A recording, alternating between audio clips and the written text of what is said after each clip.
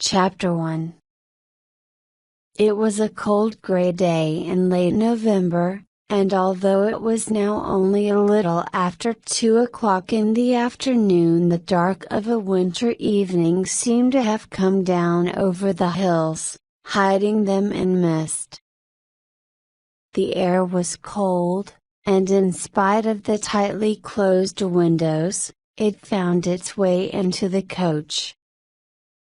There must have been a small crack in the roof, because now and again little drops of rain fell softly through onto the leather seats. The wind blew hard, and on high ground, it blew with such force that the whole body of the coach trembled and struggled to stay upright. The wheels of the coach sank into the holes in the road, and sometimes they threw up mud against the windows, where it mixed with the rain so that any view there might have been was blocked out. The few passengers sat close together for warmth. Mary Ellen was sitting where the drops of rain came through the crack in the roof. She brushed them away with impatient fingers. Although she was only 40 miles by road from what had been her home for 23 years, she was already beginning to miss it. The courage, which was so large a part of her, and had helped her so much during the long unhappiness of her mother's illness and death, was now shaken by this rain and wind. She remembered the letter from her aunt. The writer said that the news had shocked her, that she had had no idea that her sister was ill, because it was many years since she had been in Halford. And she went on, "There have been changes with us that you will not know about. I no longer live in Bodmin, but nearly 12 miles outside it, on the road to Launceston. It's a wild and lonely spot, and if you were to come to us I should be glad of your company in winter time.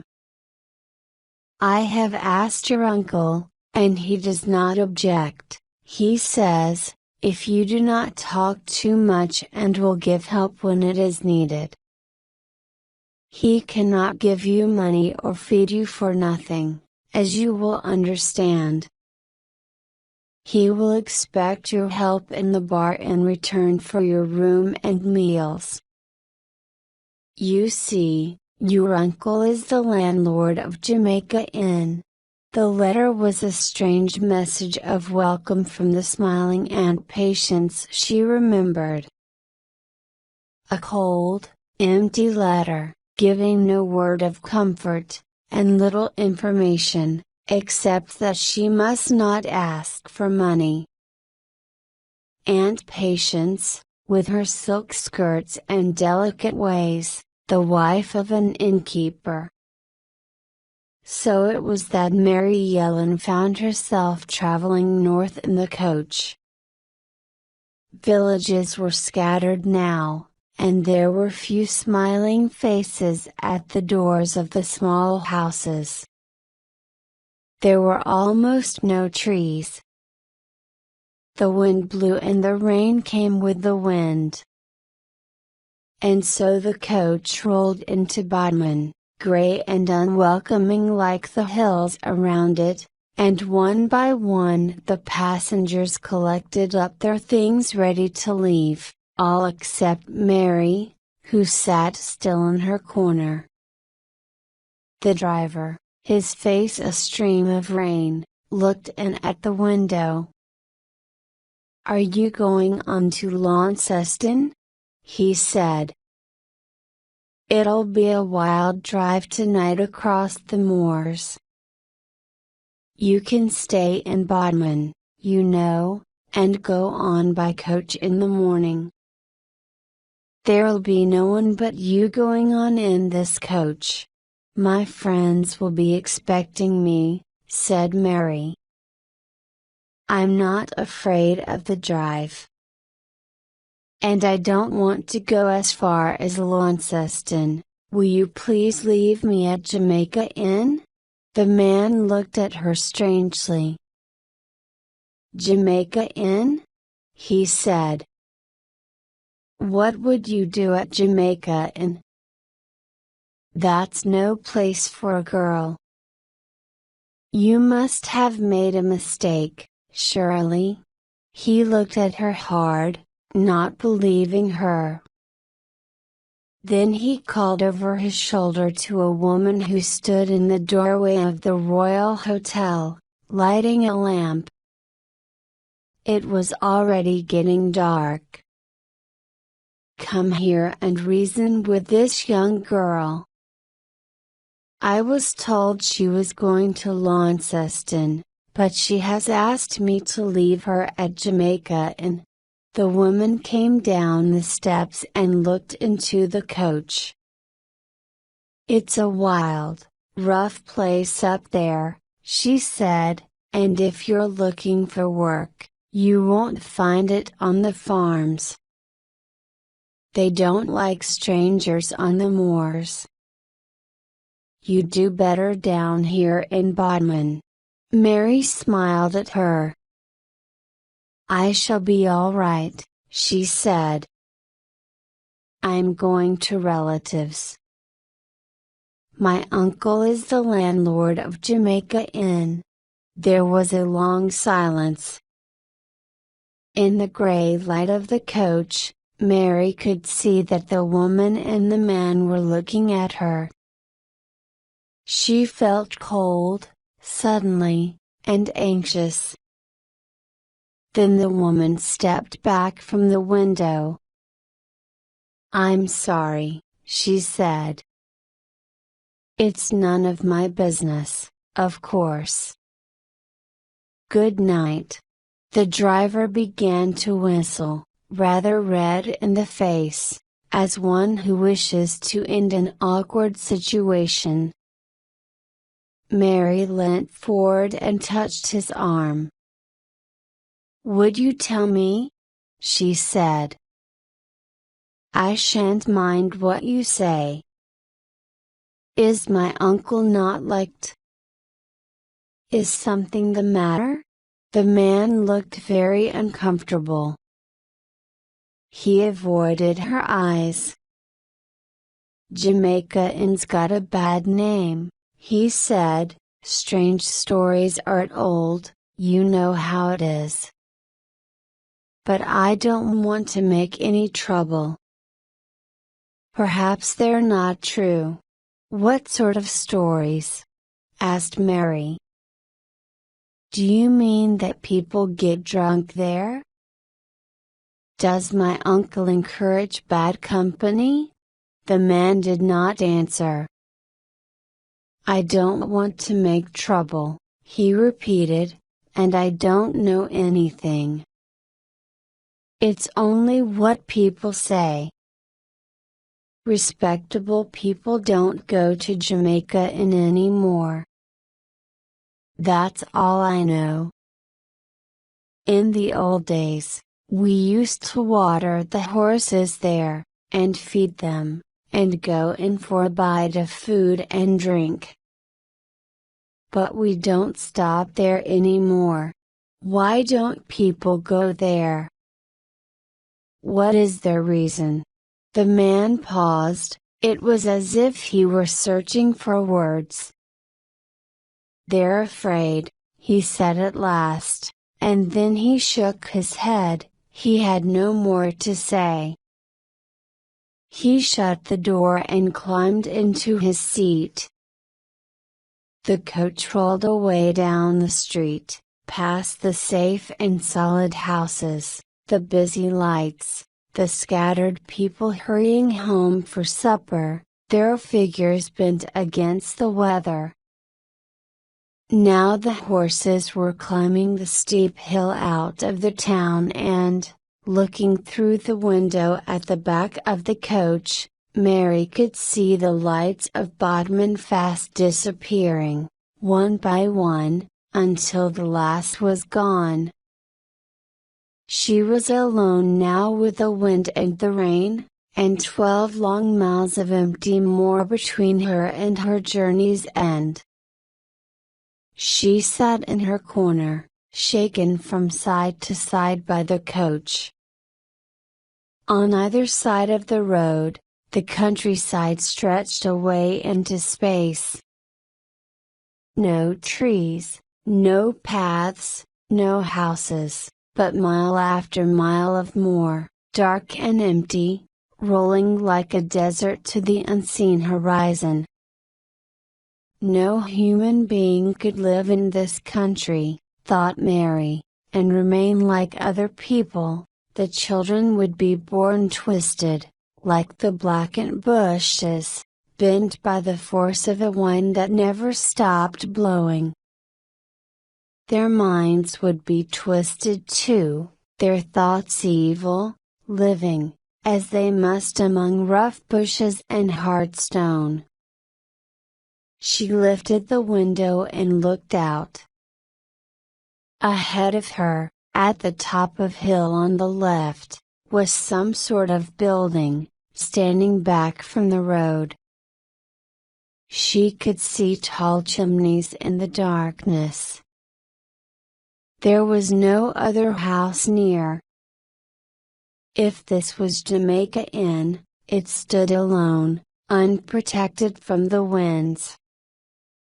The horses came to a stop, clouds of steam rising from their hot, wet bodies. The driver climbed down from his seat, pulling her box down with him.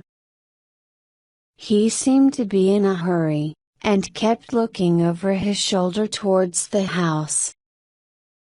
"Here you are," he said, "across the yard over there. If you hammer on the door, they'll let you in. I must be going on, or I'll not reach Launceston tonight."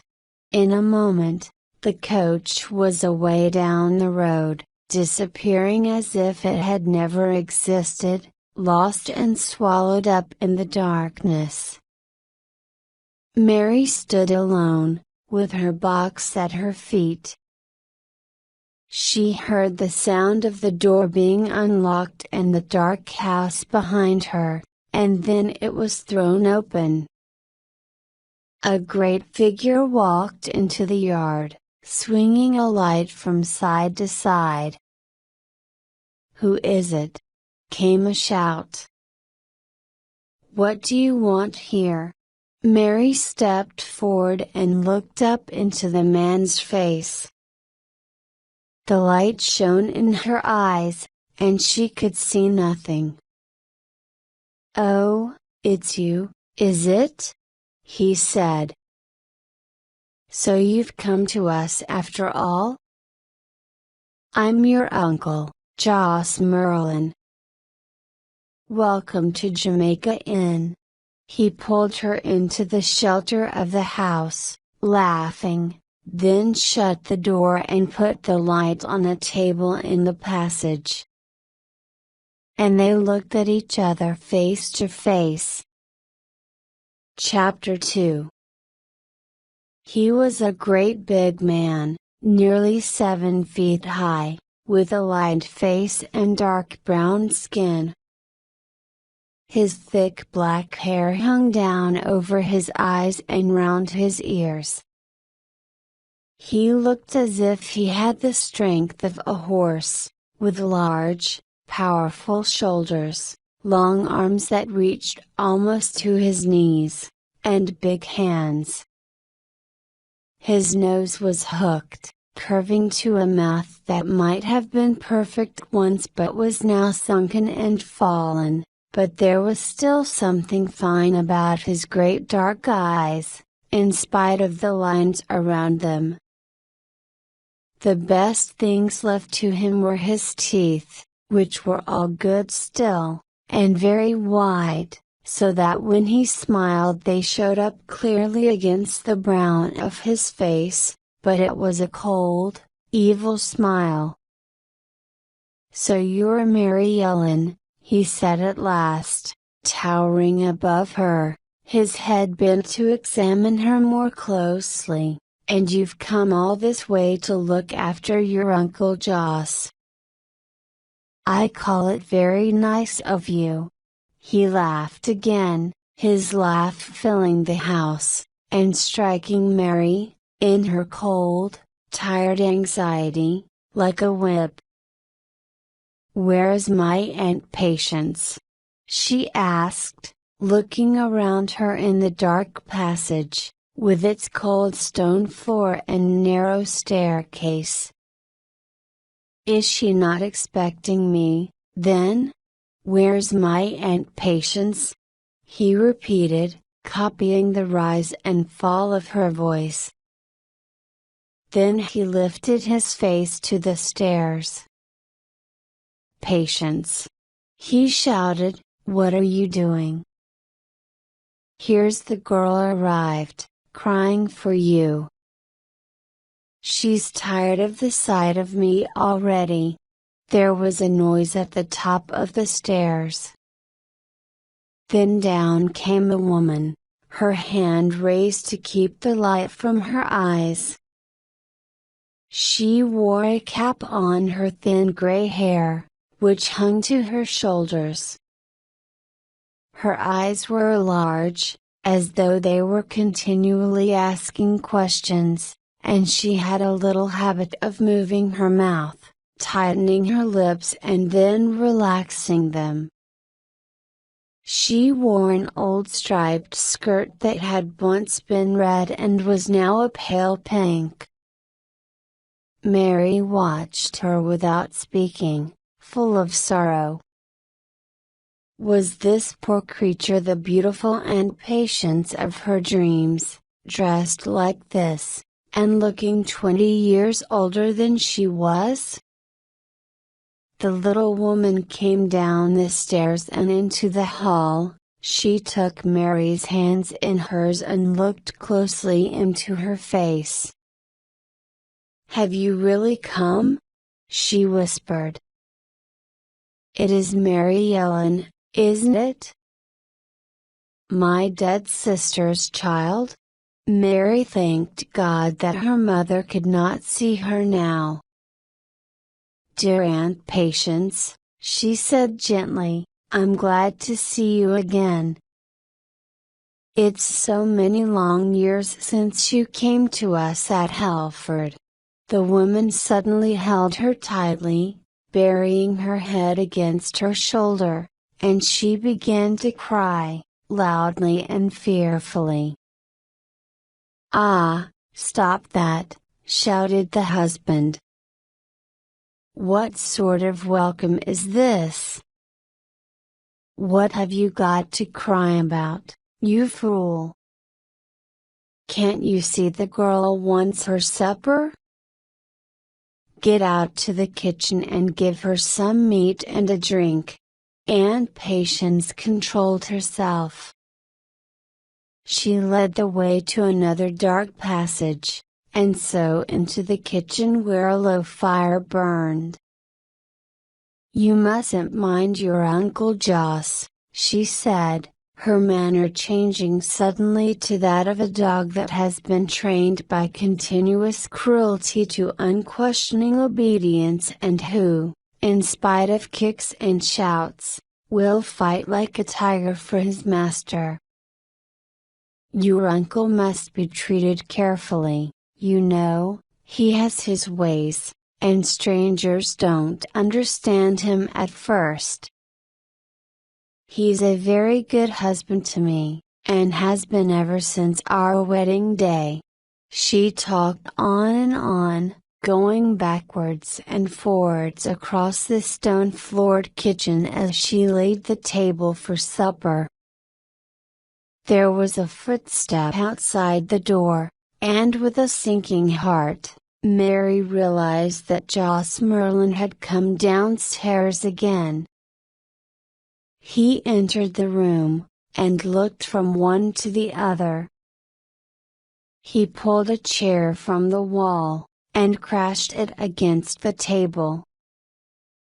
Then he sat down heavily and, reaching for the loaf, cut himself a great piece of bread, which he pushed into his mouth, before calling Mary to the table. "You need food, I can see that," he said, and carefully buttered the loaf. He cut a thin piece from it and then cut this into 4/4 for her, the whole business very delicately done and quite different from his manner in serving himself, so much, so that to Mary there was something almost frightening in the change from roughness to gentle care. It was as if there was some power in his fingers, which turned them suddenly, and unexpectedly into skillful servants. "Patience," he said, "here's the key, go and get me a bottle, in the Lord's name, I've a terrible thirst." In a few minutes his wife returned with the alcohol, which she put in front of her husband, and while she finished her cooking and served Mary and herself, he began drinking, kicking the leg of the table. Suddenly he struck the table with his hand, shaking the plates and cups. One fell to the ground and broke.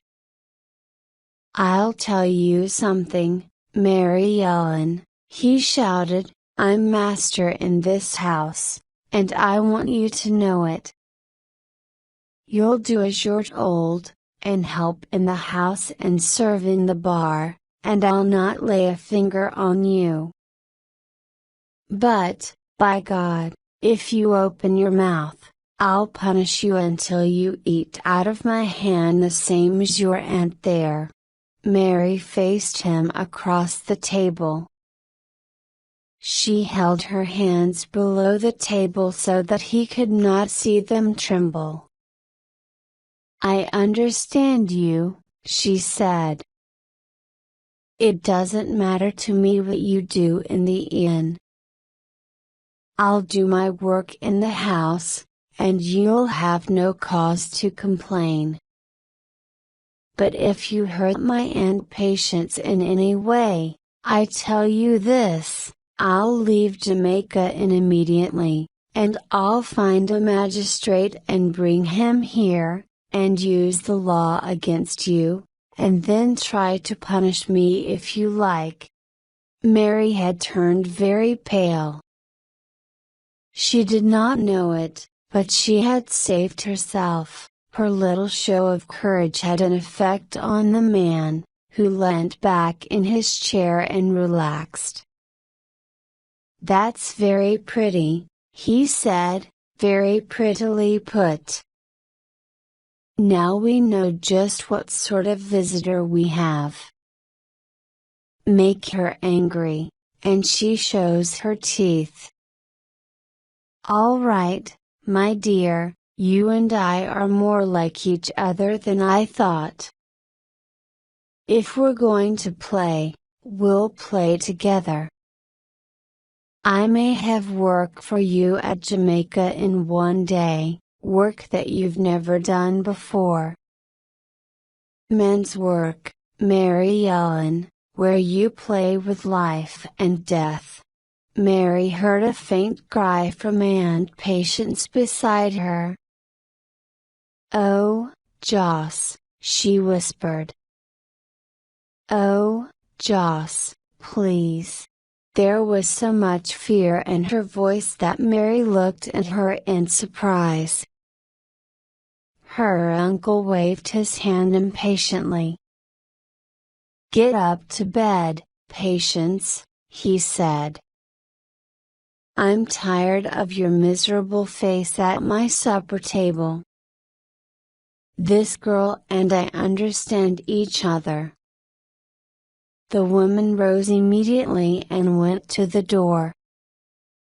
After a last helpless look over her shoulder, she went upstairs. Joss Merlin and Mary were alone. He pushed the empty glass away from him and folded his arms on the table. There's been one weakness in my life, and I'll tell you what it is. It's drink. It's a curse, and I know it. I can't stop myself. One day it will be the end of me, and a good thing too. Days go by and I don't touch more than a drop.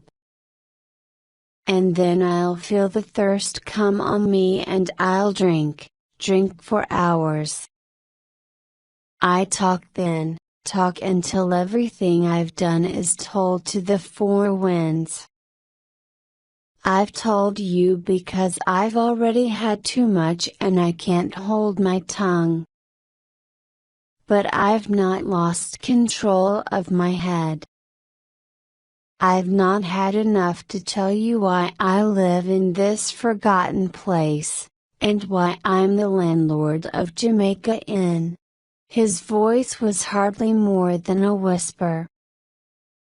The fire had sunk low, and dark shadows stretched long fingers on the wall.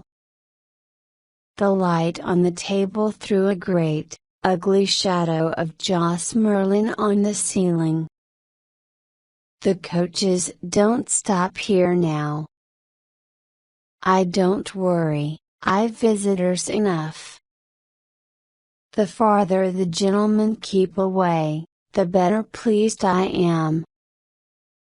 Ah, there's drinking here all right, and plenty of it too. There are some who come to Jamaica Inn on Saturday night, and there are some who turn the key of their door and sleep with their fingers in their ears.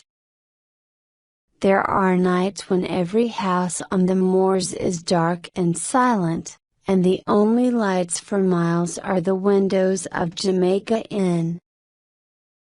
They say the shouting and the singing can be heard as far down as the farms below Rudder.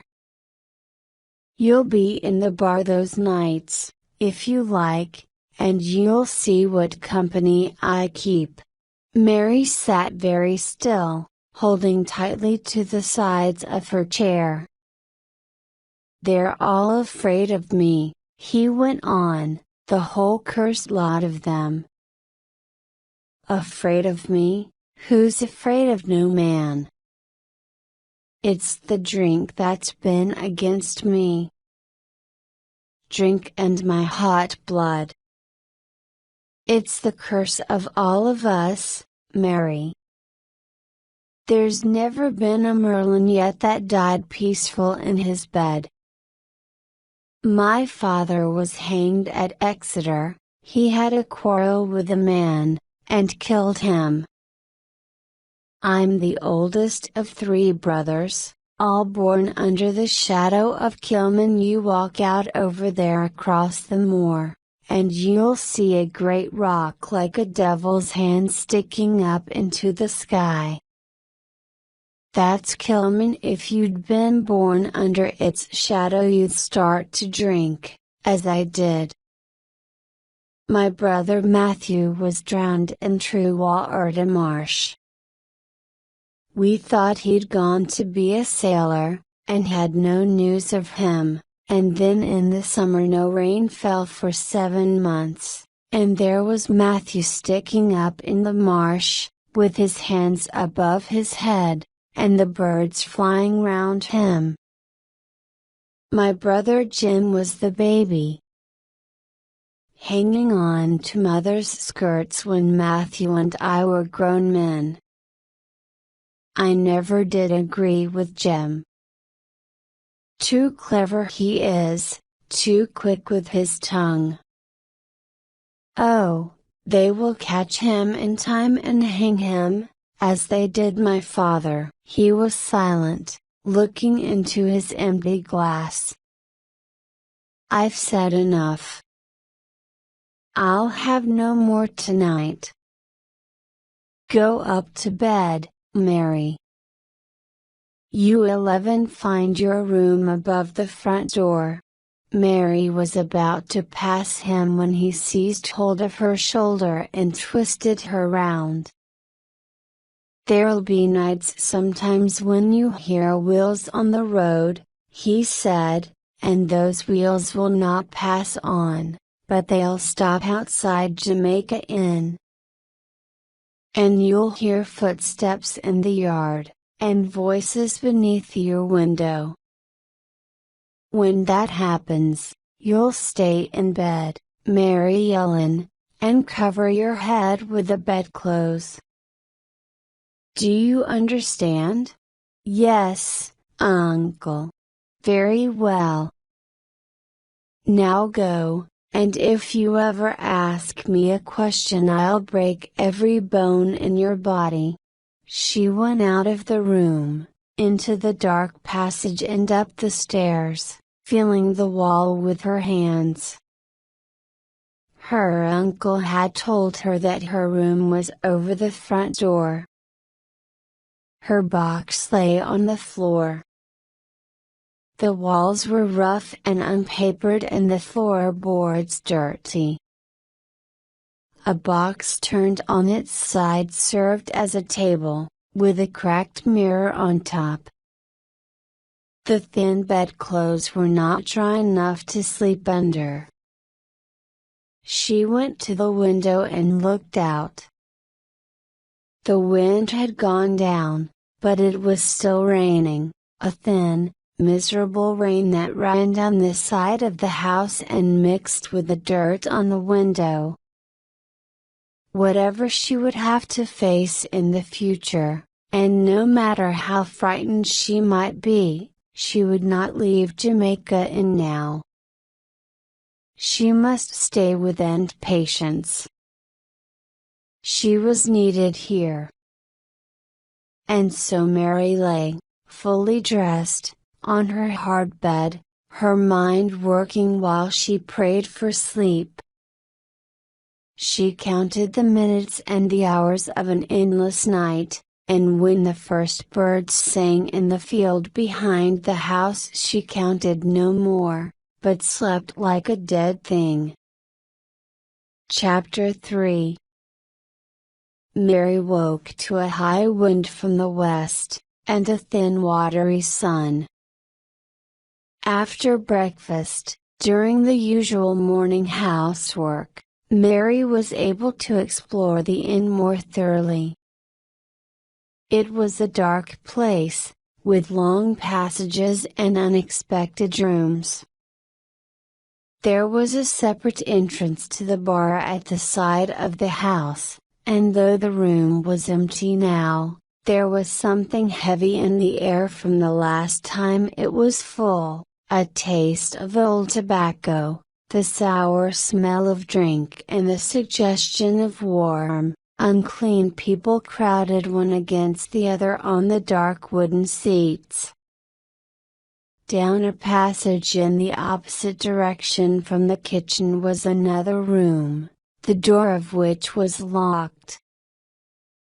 Mary went out into the yard to look at it through the window, but there was a board nailed up against the window frame, and she could not see inside.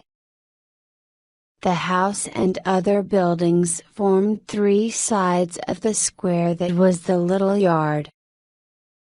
Beyond this lay the road, a thin white track that stretched to the horizon, surrounded on each side by the moors, brown and wet from the heavy rains.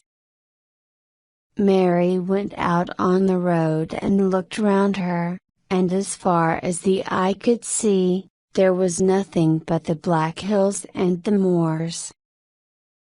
The grey stone inn, with its tall chimneys, was the only house in view. She went back into the house to find Aunt Patience. "Aunt Patience," she began, "why is my uncle the landlord of Jamaica Inn?" The sudden direct attack took the woman by surprise, and for a moment, she looked back at Mary without reply. Then she went red. "Well," she said, it's a very important place here, on the road." You can see that. This is the main road from the south. The coaches pass here twice a week. There are always travelers on the road. We do good trade here. How can you say that, when the rooms are never used, and the bedrooms are fit only for rats and mice? I've seen them for myself. Her aunt was silent for a moment, working her mouth and twisting her fingers together. Your Uncle Joss doesn't encourage people to stay. We do a good trade, I've told you that.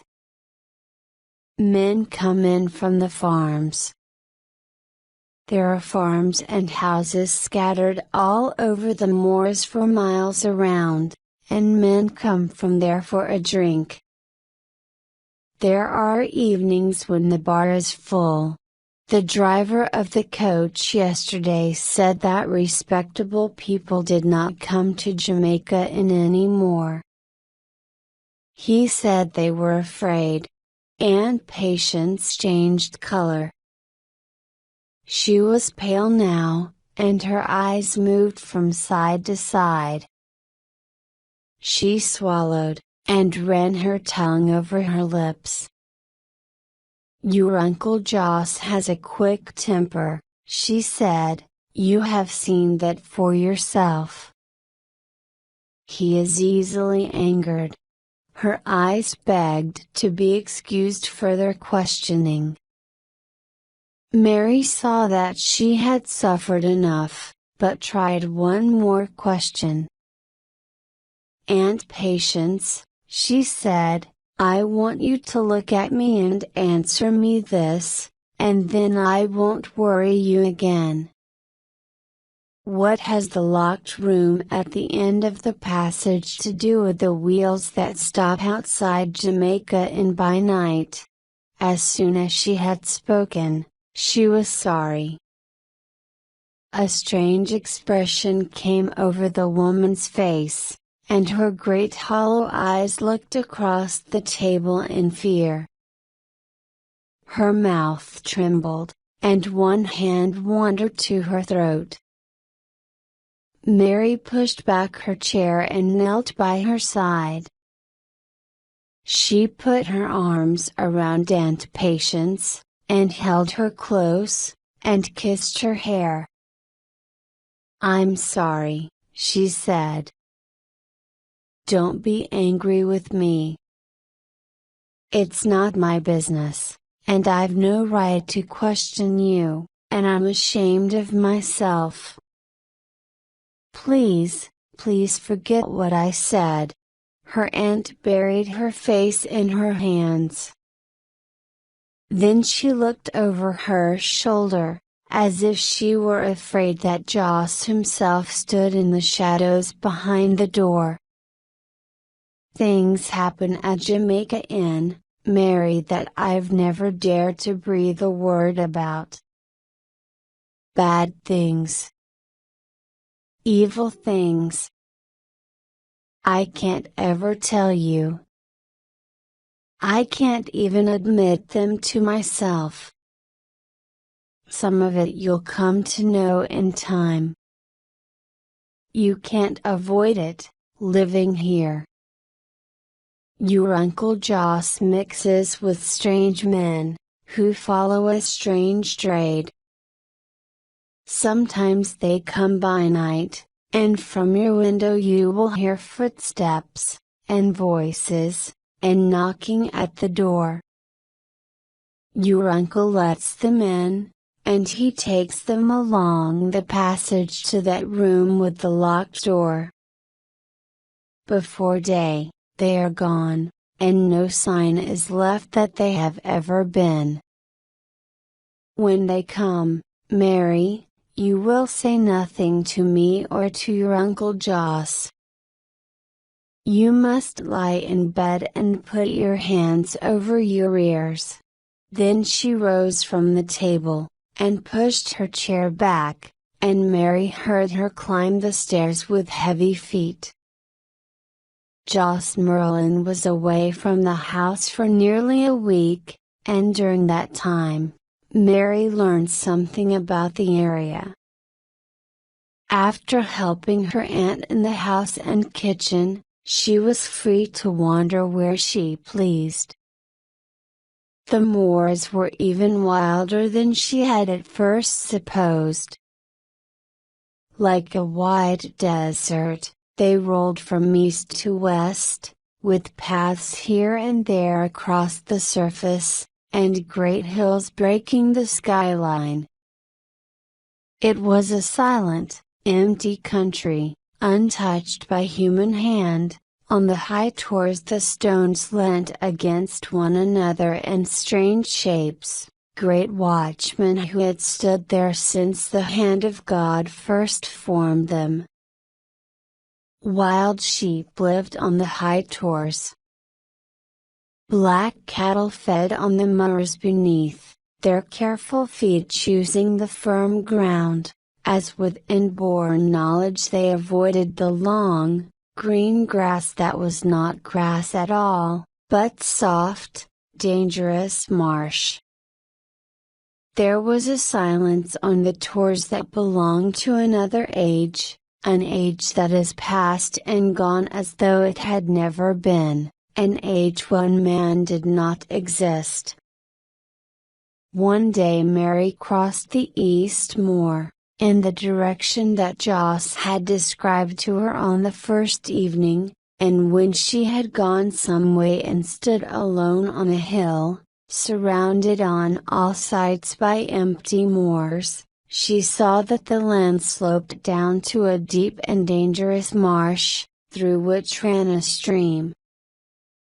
And rising beyond the marsh, away on the other side, pointing its fingers to the sky, was a great rock like a broken hand coming straight out of the moor, its surface neatly formed as if cut by an artist.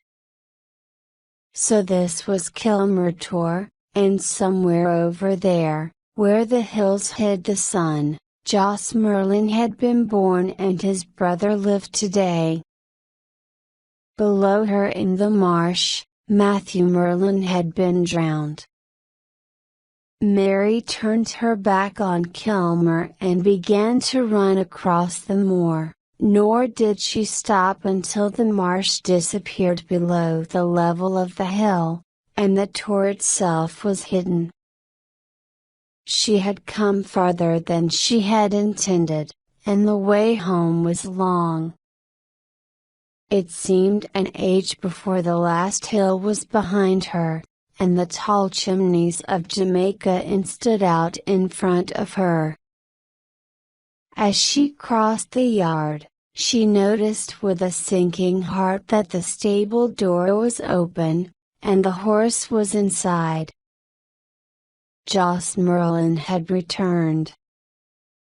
She opened the door as silently as possible, but it rubbed against the stone floor and made a noise in protest. In a moment, the landlord appeared and called to her as she started up the stairs to her room. "Here," he said, "no hiding up there this evening. There will be work for you in the bar, with your uncle." "Don't you know what day of the week it is?" Mary paused to think. She was losing count of time. Was it Monday's coach she had taken? That made today Saturday to Saturday night. Immediately she realized what Joss Merlin meant. Tonight there would be company at Jamaica Inn. Chapter 4. They came one by one, the people of the moors, crossing the yard quickly and silently, as if they had no wish to be seen. They were a strange collection grouped around Joss Merlin in the bar. half hidden by rows of bottles and glasses, Mary could look down on the company and remain unseen. They lay on the seats, they leant against the walls, they sat beside the tables, and one or two, whose heads or stomachs were weaker than the rest, already lay full length on the floor. Most of them were dirty, with long hair and broken fingernails, cattle stealers, sailors, wandering salesmen, thieves. The smell of drink and tobacco and unwashed bodies was strong. Mary felt disgust rise up in her, and she knew that she would give way to it if she stayed there long. The evening seemed endless, and her one thought was of escape. The air was so thick with smoke and breath that it was hard to see across the room, and to her tired, half-closed eyes the faces of the men seemed shapeless, all hair and teeth, their mouths much too large for their bodies, while those who had drunk too much lay on the seats or on the floor like dead men, their faces in their hands. Those who could still stand had crowded round a dirty little peddler from Redruth, who had made himself the joker of the group. The mine where he had worked was now in ruins, and he had taken to the road as a peddler, and had stored up a collection of songs with which he now entertained the company. The laughter that greeted his rude songs and jokes nearly shook the roof. To Mary there was something horrible in this ugly, shouting laughter, which in some strange way held no note of amusement, but rang down the dark stone passages and into the empty rooms above, filling them with hopelessness. Mary could bear it no longer.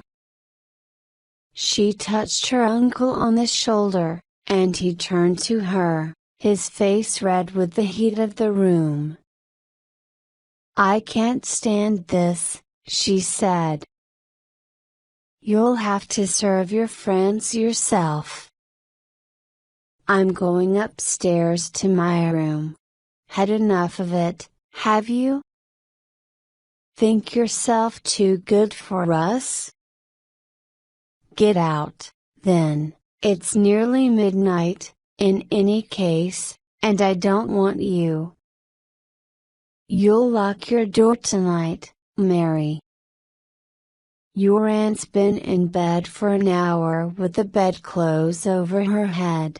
He lowered his voice, bending down to her ear and seizing her wrist, he twisted it behind her back until she cried out in pain. "Keep your mouth shut and I'll treat you gently. It is unwise to put your nose in where it is not wanted at Jamaica Inn, and you'd better remember that." Mary ran out of the room, shutting the door hard behind her, and as she went up the stairs, her hands over her ears, she could not keep out that sound of laughter and wild singing that sounded down the empty passage, following her to her room and even coming up through the cracks between the floorboards. Then she did as her uncle had told her. She undressed hurriedly and crept into bed, pulling the bedclothes over her head and putting her fingers in her ears, her only thought now to shut out the noise below. She slept. Then, without warning, she was suddenly awake, sitting up in bed. She listened, hearing nothing at first except the beating of her own heart, but in a few minutes there came another sound, from beneath her room this time, the sound of heavy objects being dragged along the stone floor in the passage downstairs. She got out of bed and went to the window, opening the shutters a crack. By the light of the moon, she could see 5 wagons in the yard outside. 3 were covered, each pulled by a pair of horses, and the remaining 2 were not. One of the covered wagons stood directly beneath the window, and the horses were steaming. Around the wagons were some of the men who had been drinking in the bar earlier in the evening. And there were strangers in the yard whom Mary had never seen before. She watched and began to understand.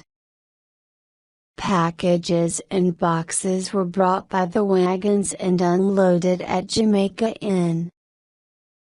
They were now being stored in the locked room.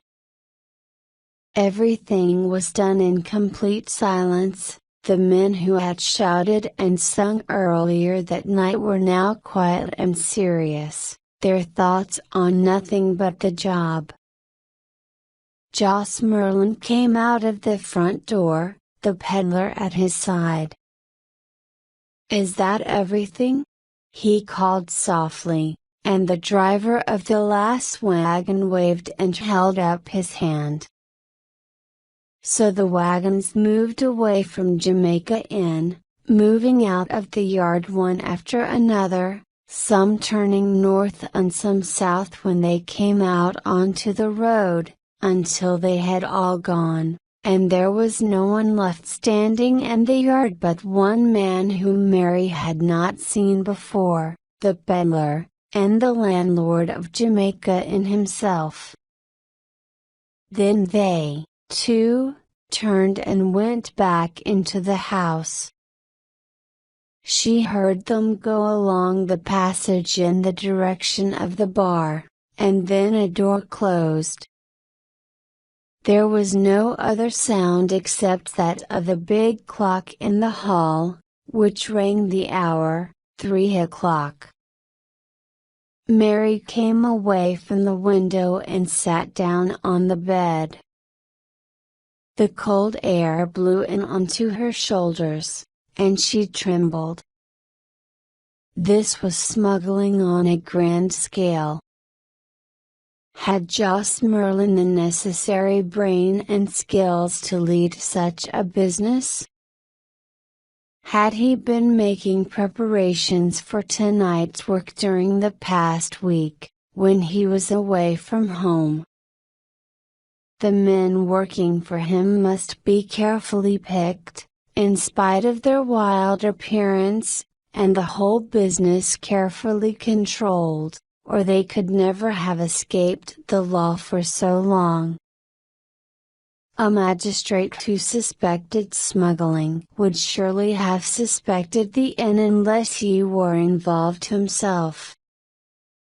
If it were not for Aunt Patience, she would walk out of the inn now, find her way to the nearest town and give information about Joss Merlin.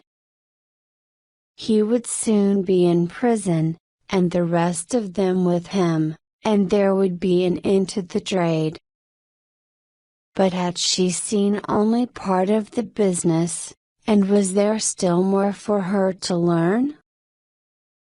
She remembered the fear in Aunt Patience's eyes, and those words spoken when the shadows crept across the kitchen floor. "There are things happen at Jamaica Inn, Mary, that I've never dared to breathe a word about. Bad things. Evil things. I can't ever tell you. I can't even admit them to myself." And she had climbed the stairs to her room, dragging her feet as she went, like an old woman. Smuggling was dangerous, it was dishonest, it was strictly forbidden by the law of the land, but was it evil? Mary needed advice, and there was no one she could ask. Here she was, a girl of 23, with no weapons except her own brain to fight a man twice her size and 8 times her strength. "I'll not show fear before Joss Merlin nor any man," she said.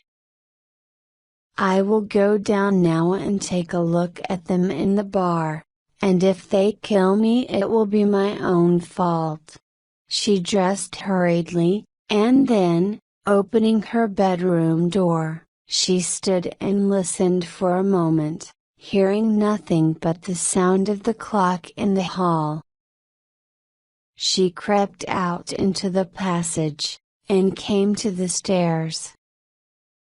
By now, she knew that the third step from the top would make a noise, and so would the last. She stepped gently, and so she came to the dark hall by the front door, empty except for one unsteady chair and the great clock. As she paused, a sudden beam of light shone into the passage, and she heard voices. The door of the bar had swung open. The men must be sitting in silence on the seats against the outside wall, because she could not see or hear them. Then suddenly a voice rang out, high and trembling, the voice of a stranger. "No, and no again. I tell you for the last time, I'll have no part in it. I'll break with you now, and forever, and put an end to the agreement." "That's murder you want me to do, Mr. Merlin, there's no other name for it, it's common murder. Someone, the landlord himself, no doubt, answered in a low voice. Mary could not catch his words, but his speech was broken by a burst of laughter that she recognized as belonging to the peddler. He must have asked a question because the stranger's voice was heard again. "Hanging, is it? I've risked hanging before, and I'm not afraid for my neck. No, I'm thinking of my soul and of God above. When it comes to the killing of harmless people, and perhaps women and children among them, that's evil, Joss Merlin, and you know it as well as I do." Mary heard the sound of a chair being pulled back, and the man rising to his feet. Then her uncle raised his voice for the first time. "Not so fast, my friend," he said, "not so fast. You're in this business as far as you can be. I tell you there's no going back now, it's too late for you and for all of us. I've been doubtful of you from the first, with your gentleman's ways and your clean shirts, and by God I've proved myself right. Harry, lock the door over there and put the bar across it." There was a sudden cry, and the sound of someone falling, and at the same time, the table crashed to the floor. Once more, the peddler laughed his disgusting laugh, and he began to whistle one of his songs. "Harry, stand where you are by the door, and put your knife in him if he tries to pass you. Now, look here, Mr. Lawyer Clerk, or whatever you are, you've made a fool of yourself tonight, but you're not going to make a fool of me. You'd like to walk out of that door, wouldn't you, and get on your horse, and ride away to Bodmin? Yes, and by 9 in the morning you'd have every magistrate in the country at Jamaica Inn, and a group of soldiers too. That's your fine idea, isn't it? Mary could hear the stranger breathing heavily, and he must have been hurt, for when his voice came, it was sharp but faint. Do your devil's work if you must. I can't stop you, and I give you my word that I'll not give information about you.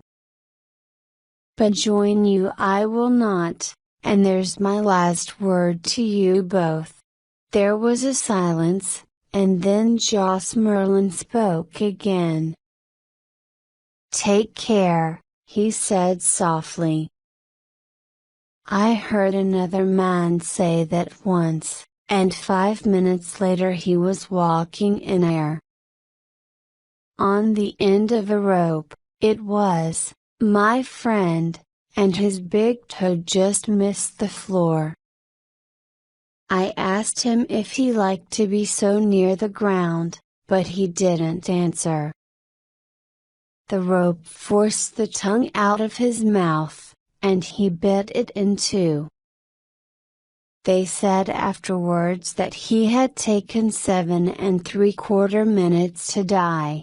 Outside in the passage, Mary felt herself go cold and her arms and legs were suddenly as heavy as lead. With a growing sense of fear she realized that she was probably going to faint. Her uncle's voice came from very far away. Leave me alone with him, Harry, he said. There'll be no more work for you tonight at Jamaica Inn. Take his horse and go. I'll settle this business by myself. Somehow, Mary found her way back down the passage and, hardly knowing what she was doing, she turned the handle of a door in the hall and fell inside. She must have fainted and been unconscious for a minute or two, before she sat up again. She heard the sound of a horse in the yard outside, Harry the peddler riding away, and then a sound from above made her lift her head. A floorboard once, and then again, quiet footsteps above. Mary's heart began to beat faster, and her breath came quickly. Whoever was hiding up above must have been there for hours. He must have hidden so that he would remain unseen by the smugglers. Someone, a friend perhaps, was hiding in the room next to her bedroom, and could help her to save the stranger in the bar. But as she waited, trembling, she heard the landlord pass across the hall and climb the stairs. His footsteps stopped above her head. Then he knocked, very softly, on the door.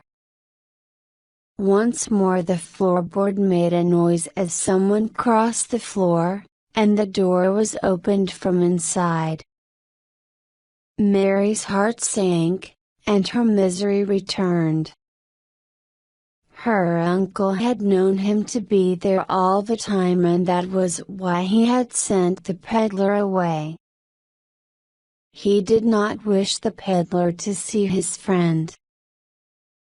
Now they were coming down the stairs. They stopped for a moment outside the door of the room that Mary had entered, and for a moment, she thought that they were coming inside.